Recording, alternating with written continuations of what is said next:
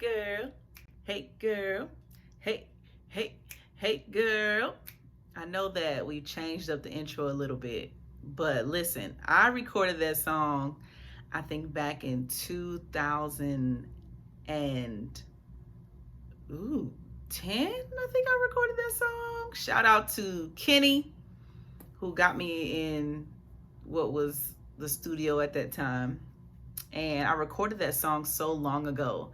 And it's so funny that even from back then to now, like my message is still the same. Sister girl, you're priceless. Don't ever make your price less than your worth. And brother, I know what you're up against, but you can make it just put him first. See, I know it gets hard, but you gotta trust God. Don't ever settle for less. Give him the key to your heart. Period. Okay?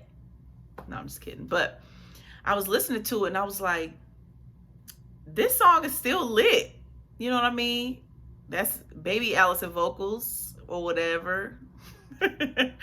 But yeah. So let me know if y'all like the new intro.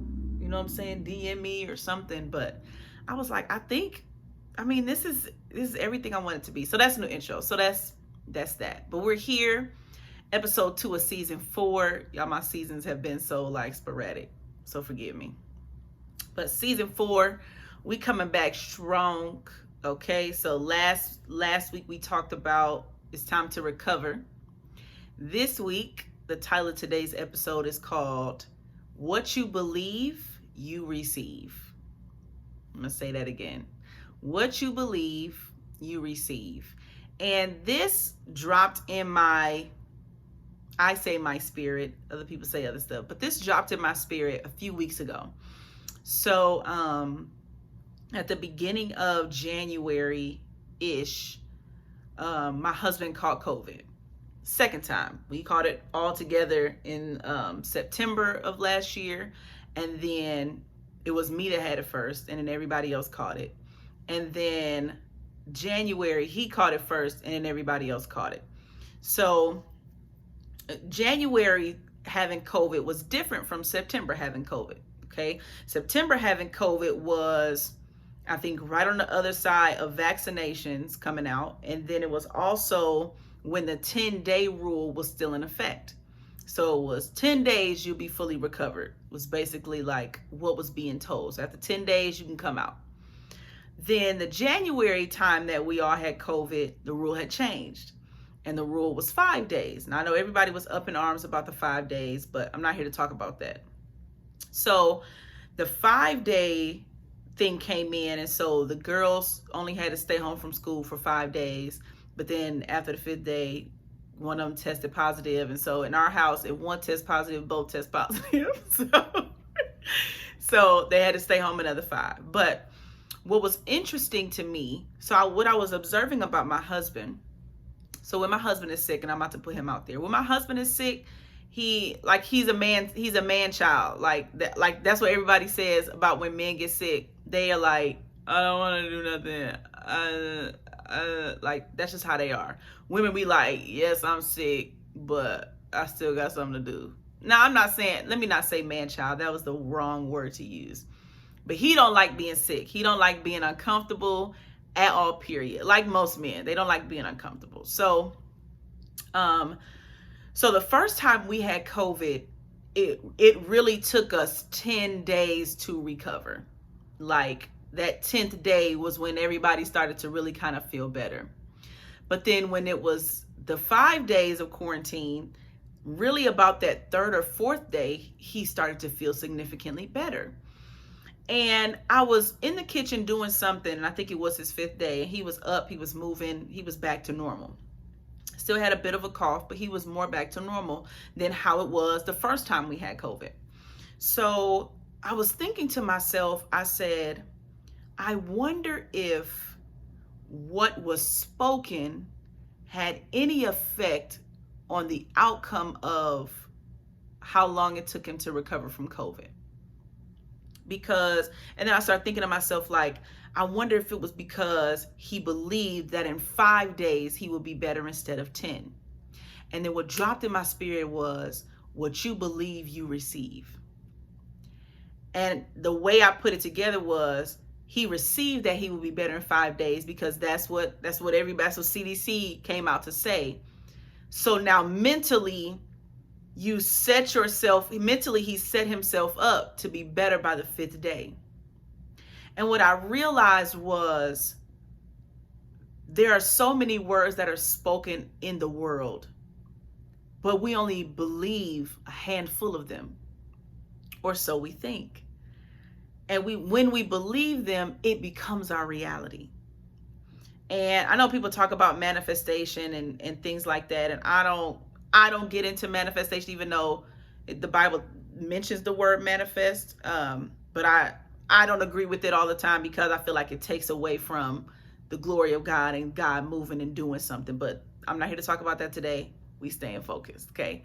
But it showed me that what we put our mind to believe and what we put our mental efforts into really becomes our reality. And the Bible talks about that.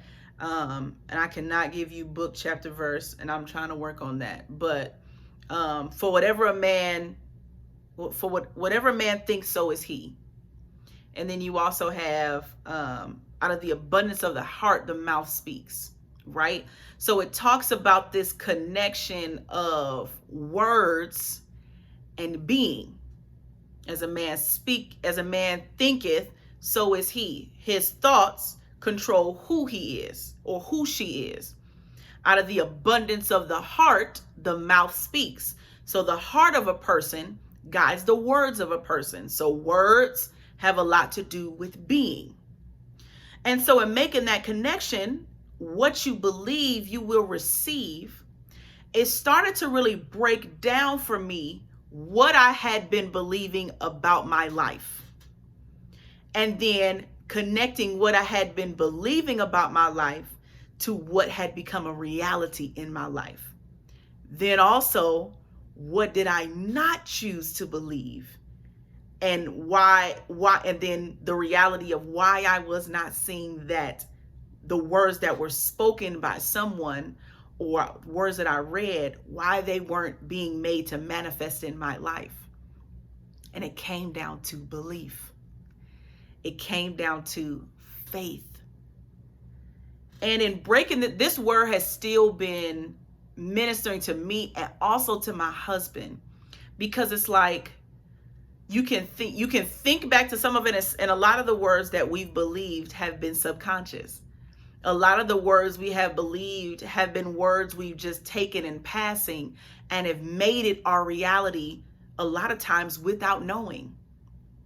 And it really took me even further back to words that I heard spoken about me. And if you think about words that are spoken about you when you're younger, especially, words that are spoken to you are ones that you tend to gravitate to and believe, because you don't have the mental capacity or ability to begin to sort through what is truth and what is a lie. Because you're gaining so much and you're absorbing so much that what somebody says must be true. Because many times we don't have a different truth to combat the lie. And so if you come up in a household where you're not being consistently told that you're intelligent, that you are not defined by what you do, that just because you make a mistake, that doesn't make you a bad person. If that truth is not put into you for you to grasp it as a belief, for it to be your reality, then whenever you make a mistake and someone says, you are so dumb. Why did you do that? You're so dumb. Then in your mind, it translates to, when I make mistakes, I am dumb. And that becomes what you believe in. And then it becomes what you receive in your life. And it becomes the truth of who you are. And so you're growing up thinking, I can't make mistakes, because if I make a mistake, I am dumb. Then you grow up in a life of trying to be a perfectionist. And so now your whole life has been guided by this one belief. And so now you're wondering why you have this this desire to always people please, and this desire to always make things perfect and make things right the first time. And if it's not going to be right, and I'm not going to do it. And then you end up not doing anything because you know that it can't be perfect, because perfection is really just this false reality that was built up. Then you end up stuck. And then you're sitting and you're racking your brain trying to figure out, why am I so creative, but I can't do anything? Why do I have all these visions and all these dreams, but I can never bring anything into fruition? And it's because the reality that you have accepted and what you have received is the belief that if you make mistakes, you are dumb. And because nobody wants to be dumb or admit that they are dumb or say that they are dumb, then the thing that we gravitate to is don't make mistakes. If you make mistakes, you are dumb.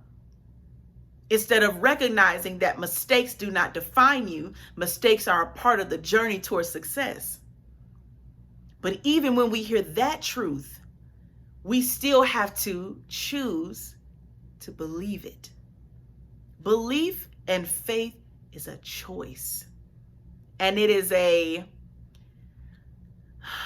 hard choice at times to make, because many times the ability and the willingness to believe can be stifled or can be stopped by what you've already believed. And if you don't have the willingness and the desire to let go of that past belief, then there's no way you can accept a new one. That's why the Bible talks about you renewing your mind. Be not conformed to the world, but be transformed by the renewing of your mind, the making new of your mind, the casting down of the old thoughts, the casting down of imaginations, and every high thing that exalts itself against the knowledge of God. We have to cast those things down so that God can begin to implant the real truth in us. There was this really powerful activity that we worked with Lisa Nichols when we were living in the UAE. She came to Dubai, and she told us about this really powerful activity, and I made it my mission to do it because I started to understand the power of it. There was this activity she called 2 Truths and a Lie, and I suggest that everybody does this activity. So with 2 Truths and a Lie, you take a pencil and you write down the lies about in different areas of your life. So I think it was finance, relationships, family, health, and I think it was job or career. Okay. So in pencil, you are to write the lie that you believe, the things that you believe in that area. And as you do it, you skip 2 lines in between every single lie. Okay, so let's say for career, I will never be able to work for myself. Another one could be, I will never be able to get a promotion. All right, relationships. I cannot have a successful relationship past a year. That was one that I had by myself for years until I got married. Or one about family is, me and my mother will never be able to heal from our past problems. So you write those down. You take a day, you write those down, leaving a gap in between, leaving about 2-3 lines in between each line. On the second day, what you're going to do, you're going to take a red pen and you're going to write in the truth. The truth literally being the opposite of what you have been telling yourself about that specific thing. So if it's my mother and I, if the lie is my mother and I will never be able to heal from our past, the truth becomes God can heal all things.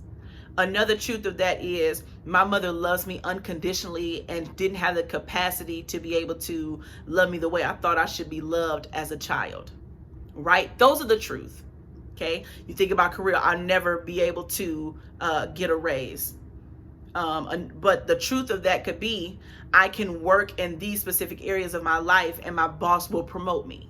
Or when the time for promotion season comes, I can collect all of the work that I've been doing that they've complimented me on and bring it before them to discuss a promotion or a journey to promotion. Right? So those become the truth. On the first day, you're reading the lies. The second day, you're reading the lies and the truth. The third day, you're reading the lies and the truth. So every time you read the lie, read the truth. On the fourth day, you're going to erase the lie, because remember, you wrote the lies in pencil, and you only read the truth for the next few days. And it completely shifts your thinking. And one of the things that I did was I added in scripture to come against those lies. And there's a class that my husband is doing, Kingdom Entrepreneurship University with Tiffany Montgomery. And she had them do the same exercise. What is the lie that you are believing, and what is the truth? Because this is the thing. There are so many negative lies that we believe. It would blow our minds if God would ever take our brain out and show us all the lies we believed. And a lot of them, like I was saying before, come subconsciously. So you don't even know that you've accepted that. For example, one thing that really frustrates me, which is why I want to get into the entertainment industry and get into media, is the displaying of a certain type of body, the displaying of a certain type of race. On social media, the editing of photos, the taking away of what a natural, real, authentic girl looks like on social media. That really grinds my gears, pisses me off. Excuse me. Okay, I know people don't think piss is a word, but I'm just saying excuse me anyway. Makes me upset to no end, because the brunt of that, the backside of that, is a ton of girls who have normal bodies but don't think that their bodies are good enough because it doesn't look like what's on the screen in front of them. So they don't think their bodies are enough. Now, nobody told them that their bodies were enough, or there was a bully that tried to say something. But the subconscious thing that's ingrained in them is coming from what they see on TV and what they don't. So sometimes it's not what you're told. Sometimes it's what you're not told that becomes a belief, that creates a belief in you to think that you're not good enough for who you are and how you look. Sometimes it's both. It's what you're told and what you're not told, what you're shown and what you're not shown, that creates this belief in you that is a lie. And so you receive that belief, and so you grow up all the time thinking your body is not good enough. You have to lose all of this weight in order to be beautiful. You have to put on all this makeup in order to be beautiful. Not knocking makeup, but if you're using makeup because you think your face is not enough, that is a negative belief. Period. And so you come up believing all of these things, and it's what you start to walk out in your everyday life. It becomes what you receive. So you believe that your face is not enough. So every morning you wake up, you receive that, and you go for the makeup immediately. Or you go to post a video on social media, and you don't think that it's enough because you haven't edited. So you receive that your video is not enough because of the belief that you're not enough because you don't look like the other women on social media or in the movies or on TV or in magazines. And so what you decide to tell yourself is, I need to do all of this editing. I need to go into all of this software. I need to soften my face. I need to blur this. I need to change that. I need to get rid of that zit. All of that so I can be accepted and beautiful. Then that becomes the reality that you live in every single day because you believe something and you received it to be the truth when it was a lie. And so every day you're walking out this lie because you believed it. And then you're looking in the mirror and you're wondering, oh my God, why don't I think I'm beautiful? Oh my God, what's wrong with me? I need to practice more self-love. Yes, agreed. Yes, you do. But before you can practice more self-love, you have to get rid of the lie. So that way you get out of what you have received to be the truth about yourself. When I talk about this, I think about the story of Esther in the Bible. And it is my favorite story in the Bible. With Esther, if you've been to church, you probably heard this before. If you have not, sit back, buckle up. So Esther was chosen to be queen. Okay, before she could become queen, she had to go through a year-long cycle of beauty treatments. Okay, and I studied this out, so this is why I'm talking about it. The first 6 months she spent with different types of oils and things. And when I looked up the meaning of those oils, it was to purify and to pull out, to detox the body from what had already been put into it. because there was a certain regimen. There was a certain way a queen was supposed to be taken care of. There's a certain way a queen is supposed to smell, a certain way a queen's body is supposed to be, a certain way. And so because she was chosen as queen, she had to go about these beauty treatments. The first 6 months was detoxing the body, getting rid of everything in the body that did not belong, getting rid of everything that would stop the new oils and the new perfumes from taking root. Because if she had just done the second part of the treatments, which was the oils and the perfumes, it would have just been oil and perfume on top of old stuff that didn't need to be there. On top of, she was working, she was someone that was working out in the desert, you know, it's over in the Middle East. So she's working, she's sweating, she has all these things going on. So all of that is inside of her body. All of that is inside of her pores. And you know, if you go run a mile or go run 2 miles or whatever you do to work out and you start to sweat, right? If you came in the house sweaty and sprayed yourself with perfume, you're going to get a little whiff of that perfume at first, but eventually that funk is going to show back up. Come on, somebody. Eventually that smell, because you did nothing to get rid of the smell, that perfume can only mask so much.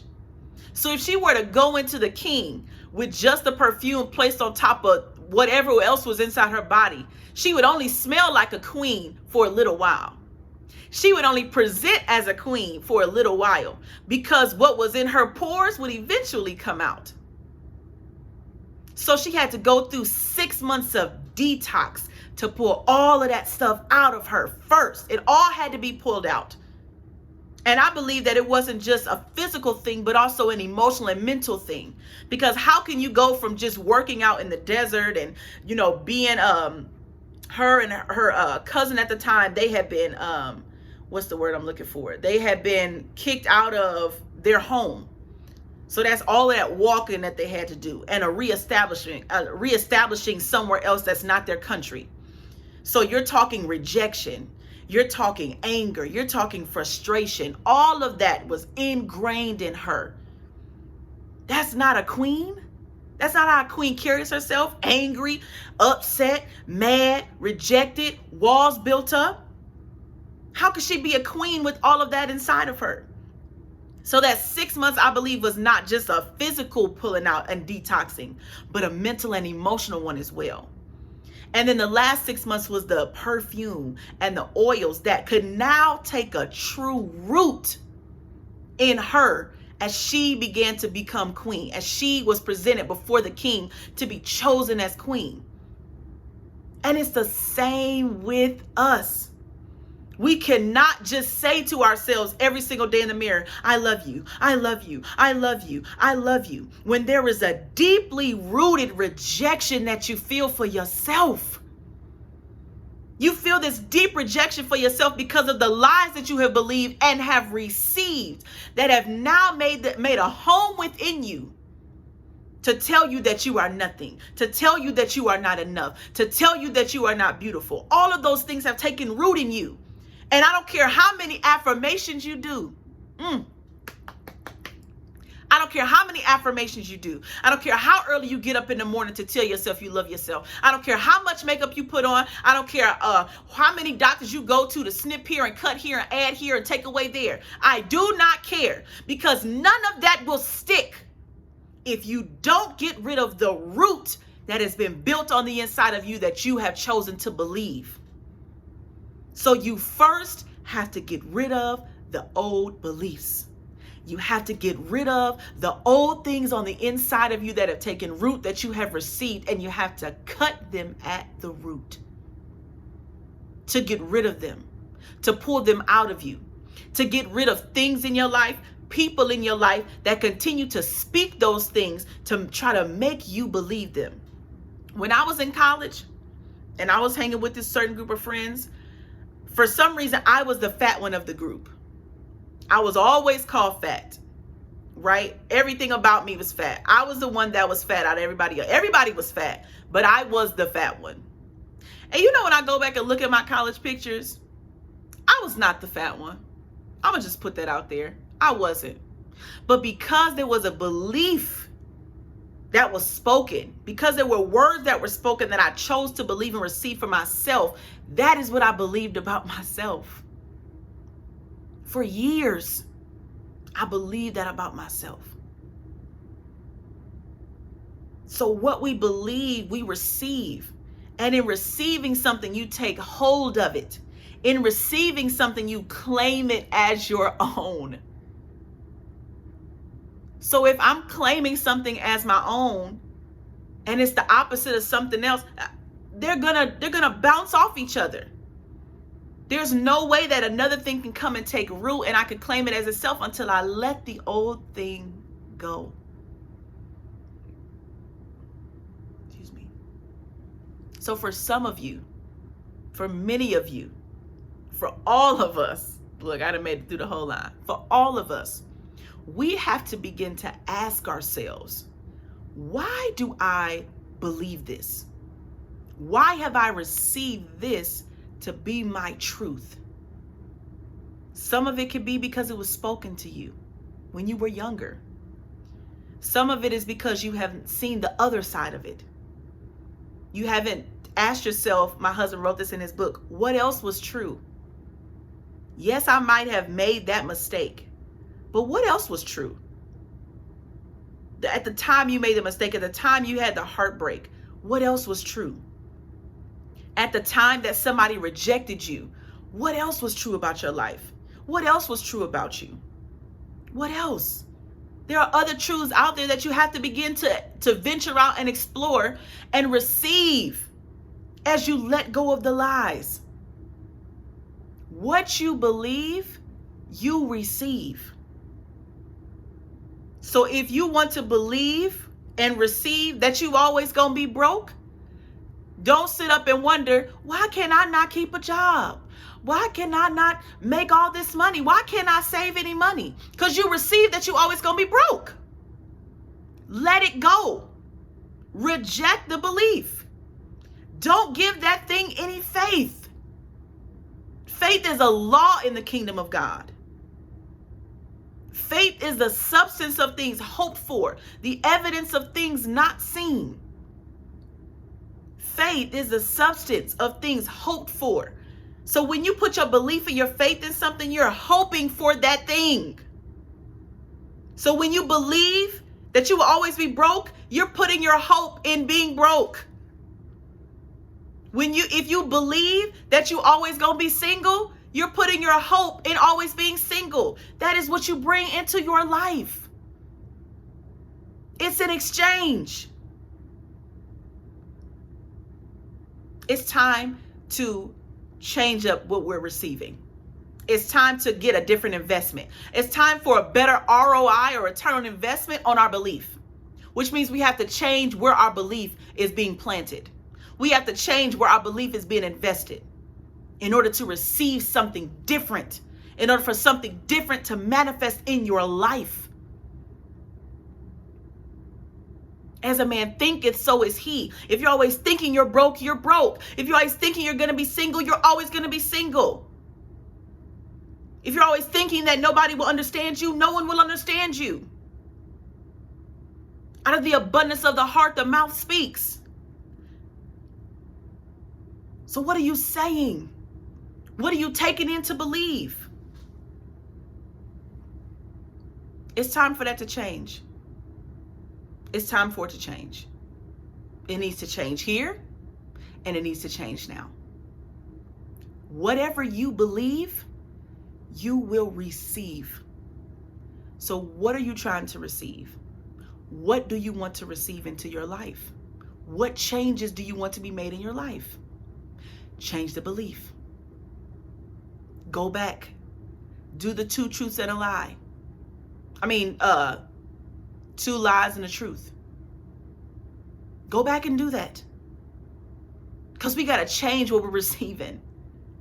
But it only changes with the belief. All right? What you believe, you will receive. Change the belief. You'll change your life. Period. I love you. I want the best for you. I want the best for us. I want 2022 to be one of the best years of your life and set you up for the best years for the rest of your life. But you got to change how you believe in. So that way you can change what you're receiving to be the truth about your life and the truth about who you are. And you can always start with this truth. You're the head and not the tail, above and not beneath, a lender and not a borrower. You are a chosen generation, a royal priesthood, a holy nation, a peculiar people. You are a city on a hill, a light that cannot be hidden. Period. Period. I love you. I love, love, love you. And I want what's best for you. And I want you to want what's best for you too. All right? Love you so much. Thank you for listening. Make sure you answer the poll down below and share this podcast with somebody that you know needs it, because we all need this message. Okay? I'll check y'all next time.